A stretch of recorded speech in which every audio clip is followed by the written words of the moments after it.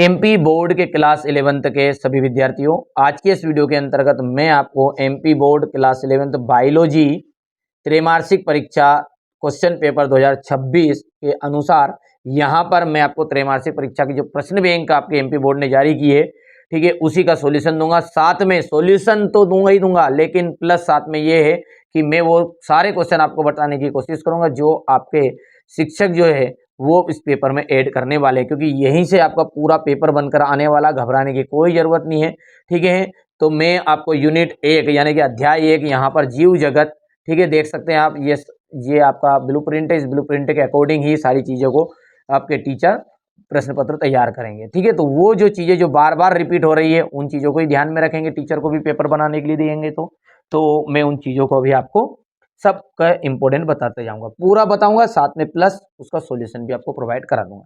देखिए पहला क्या है आपका यहाँ पर कि वर्गीकरण की सबसे छोटी इकाई क्या है।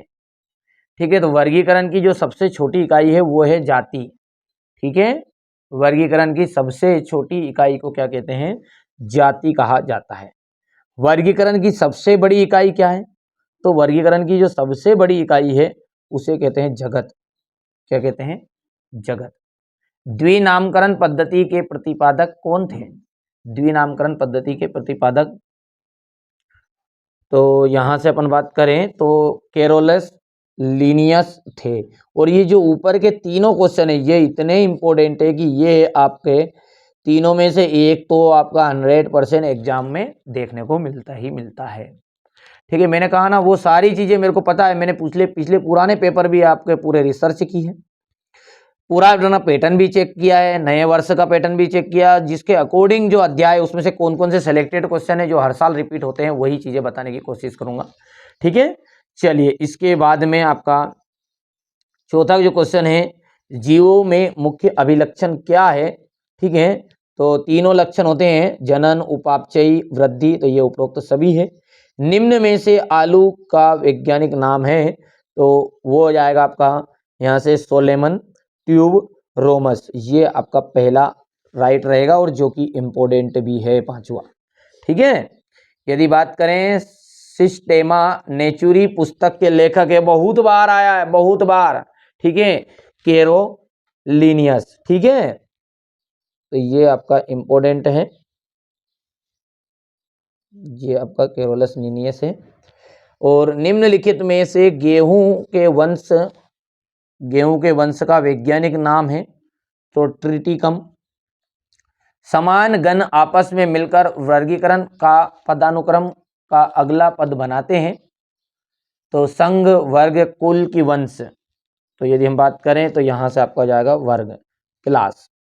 निम्नलिखित में कौन सा समूह सबसे कम समान लक्षण वाला है, तो कुल की वर्ग की क्या, तो वर्ग यहाँ पर राइट रहेगा, जो कि आपका कई बार एग्जाम हॉल में पूछ लिया भी गया है।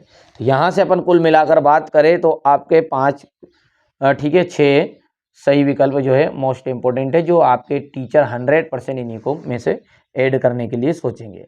ठीक है, चलिए आगे बढ़े। ज्ञात जातियों की कुल संख्या बहुत इंपॉर्टेंट, कई बार आ गया है, कई बार। ठीक है, कि जो वैज्ञानिकों ने, ठीक है, विज्ञान में अब तक खोजी गई जो वर्णित है सजीव प्रजातियों की संख्या जो है वो कुल कितनी मानी गई है, वो मानी गई है 17 से 18 लाख, 17 से 18 लाख। ठीक है, जैविक नाम अधिकांश रिक्तिस्तान भाषा में होते हैं, तो लैटिन भाषा में होते हैं, लैटिन, जो कि ये भी महत्वपूर्ण है आपका। गेहूं का वैज्ञानिक नाम ये आपका रिक्तिस्तान के रूप में आता है, कई बार आया है, तो गेहूं का जो वैज्ञानिक नाम है वो क्या है, ट्रिटिकम। तो ये आपका तीसरा है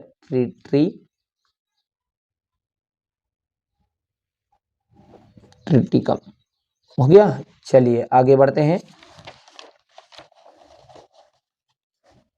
जहां से देख लेते हैं।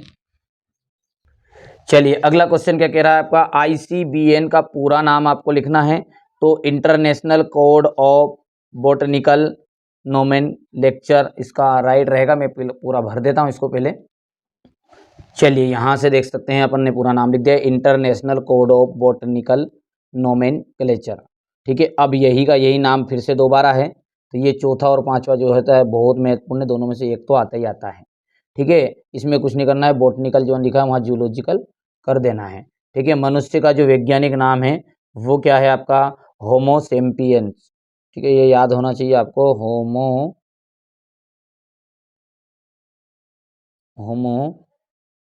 सेपियंस, ये आलू बैगन मिर्च कुल में रखे जाते हैं, तो आलू जो बैगन है ये भी मनुष्य वाला भी इम्पोर्टेंट था। आलू बैगन मिर्च को रखा जाता है आपका यहाँ पर, इसका आंसर यहाँ पर लिख देता हूँ मैं कि सोलेनेसी, सोलेनेसी।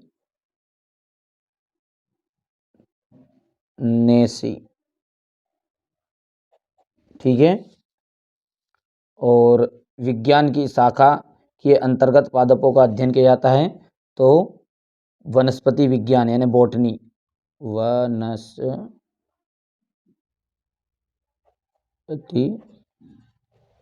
विज्ञान का अध्ययन किया जाता है। हो गया है। अब यहाँ से अपन बात करें क्वेश्चन आंसरों की। देखो इसमें से आपको मनुष्य वाला है, बाकी तो कोई दिक्कत नहीं है, तो 3 इंपॉर्टेंट थे ऊपर के। अब देखिए यहाँ से हम बात करें तो पहले 2 अंक वाले क्वेश्चन में आपका सबसे पहला जो इम्पोर्टेंट है वो है टेक्सोन,